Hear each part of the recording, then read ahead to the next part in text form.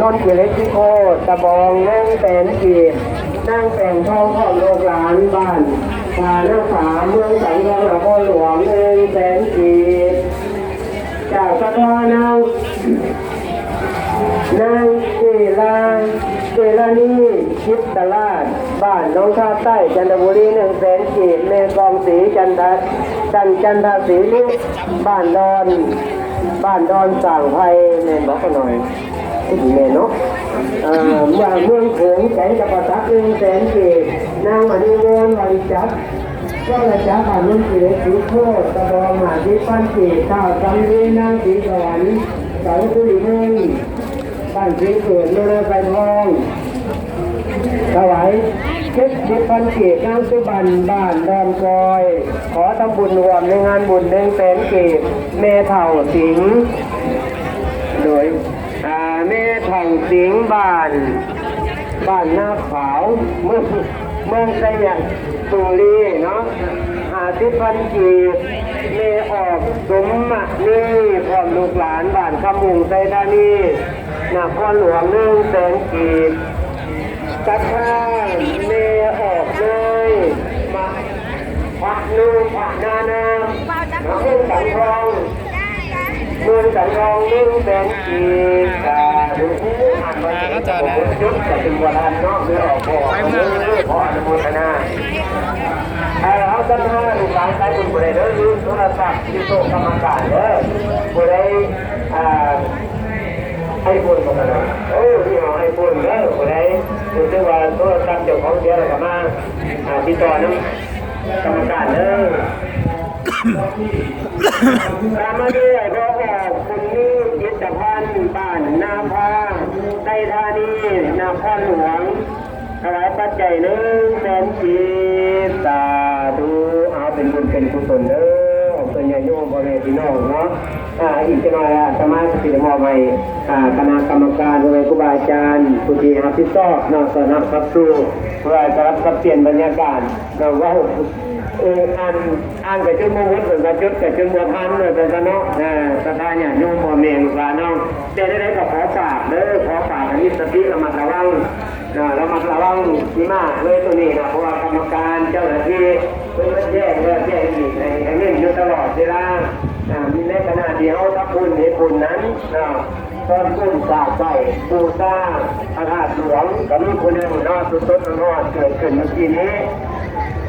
ขณะที่ก้มกราบไปยอดยุติบูชาเทียนกับมีคนมาดึงกระเป๋าทั้งหลังไปเลยนะเอาหัวท่านจับมาได้เนาะอันนี้ก็ฝากไปทุกคำทุกฝ่ายฉะนั้นต่อไปนี้เนาะขน้อยกติพอราธนานิมนต์พระอาจารย์คิดแก้วเนาะคณะพระอาจารย์คิดแก้วตะนงศิลป์องค์ต่อไปเอาเป็นขอให้อ่านนี่เอาพระอาจารย์ศาสนาจากพระอาจารย์จันทคานหรือพระอาจารย์แขกนามสกุลทุธิดาและพระอาจารย์จันตู้ปาตาสุดมาจากสหรัฐอเมริกาบูชาปัจจัยด้วยเวลาดูความเป็นธรรมการการต่อเนื่องต่อไปเลยเราหลักในโรงพยาบาลการแก้มาสุดตอนในทีนี้ก่อนระหว่างคือเสียงเลี้ยงน้ำจากปากจากสถานก็อย่าลืมให้ลูกหลานย่ำยิงเนาะย่ำยิงถูกมีรายการต่อไปเนาะเมื่อกี้นี่ก็คือว่าเป็นต่อเลยเรื่องการดึงกระเป๋าในขณะที่เขาบูชาเทียนเนาะเอากระเป๋าขอบใจถ้าว่าก็จะไปถ่ายรูปคนไทยเก่ง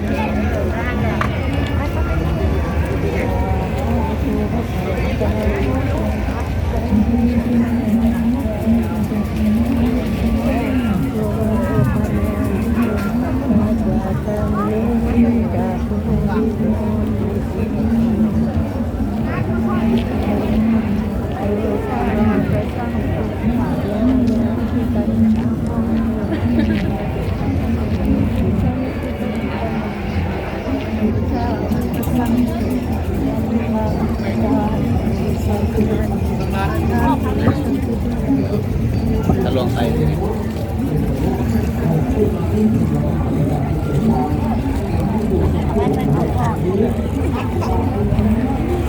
วันที่เริ่มนั้นสามารถช่วยอุปถัมภ์สาภาษาสนาสิวเรื่องนั้นได้เป็นยังอาศัยด้วยสิทางนำทาง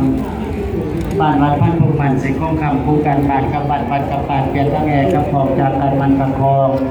ทั้งแอพันบนดำทั้งของพันลงลอยวัดสะจันใจโอโอลานอนโซวันที่ยกปัดคนที่สีหาเสียบบ่ยังขอนำไปพุทธประสิรัตนตรัยพุทธพระพุทธพระธรรมพระสงฆ์